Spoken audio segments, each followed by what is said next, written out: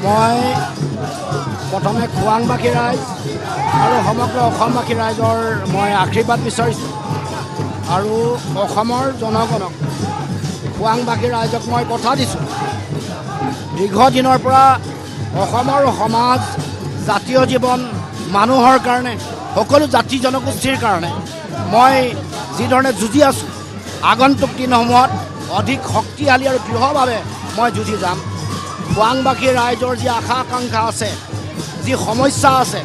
যি সপোন আছে এই সপোন বাস্তৱায়িত কৰিবৰ কাৰণে ৰাইজৰ আশা আকাংক্ষাক প্ৰতিফলিত কৰিবৰ কাৰণে মই দৃঢ় প্ৰতিজ্ঞ জনগণৰ হৈ যুঁজি আছিলোঁ যুঁজি যাম অসমৰ ৰাইজৰ হৈ সংগ্ৰাম অব্যাহত আছিল আছে আৰু ভৱিষ্যতেও থাকিব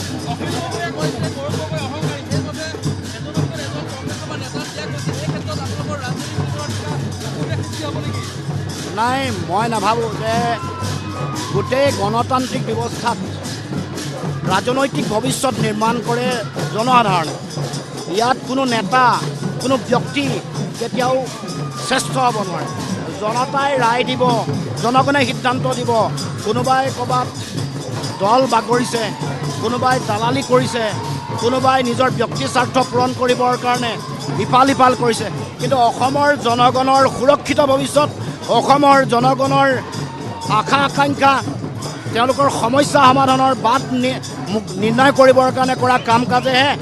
ৰাইজে প্ৰকৃত মূল্যায়ন কৰিব সময়ত তাৰ উপযুক্ত সিদ্ধান্ত ৰাইজে দিব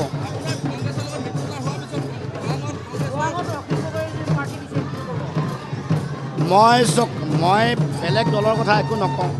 মই ৰাইজৰ খোৱাংবাসী ৰাইজৰ ওপৰত মোৰ সম্পূৰ্ণ আস্থা আৰু বিশ্বাস আছে তেওঁলোকে জানে যে তেওঁলোকৰ প্ৰতিনিধি কেনেকুৱা হোৱা দৰকাৰ তেওঁলোকে জানে যে তেওঁলোকৰ প্ৰতিনিধিয়ে আগন্তুক দিনসমূহত অসমৰ সমাজ আৰু জাতীয় জীৱনৰ কাৰণে কি কৰাটো প্ৰয়োজন তেওঁলোকৰ সমস্যাবোৰ অতদিনে সমাধান নোহোৱাৰ কাৰণে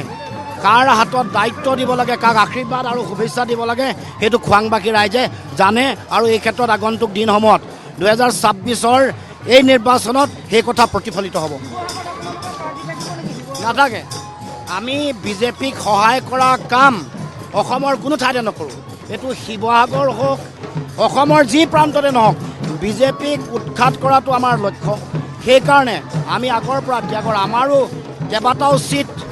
আমাৰ অতি গুৰুত্বপূৰ্ণ চিট আমাৰ পৰা কাঢ়ি লৈ যোৱা হৈছে কিন্তু অসমৰ মানুহৰ স্বাৰ্থতহে আমি মিত্ৰতাটোক অধিক গুৰুত্ব দিছোঁ যদি অকণমান কম চিটো পাইছোঁ তাত আমি আক্ষেপ কৰা নাই ৰাইজ প্ৰথম অসমৰ জনগণ প্ৰথম অসমৰ মানুহৰ সংকট নিৰাময় কৰাটো নিৰসন কৰাটো এটা জাতীয় দায়িত্ব বুলি ভাবোঁ গণতান্ত্ৰিক সাংবিধানিক দায়িত্ব বুলি ভাবোঁ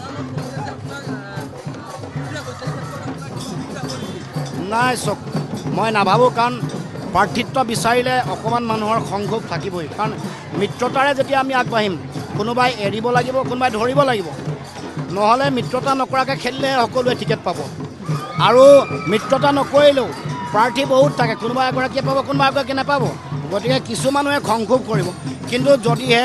বিজেপিক পৰাভূত কৰাটো মূল লক্ষ্য হয় তেতিয়াহ'লে নিশ্চিতভাৱে তেওঁলোকে ঐক্যবদ্ধভাৱে যুঁজিবৰ কাৰণে আগবাঢ়ি আহিব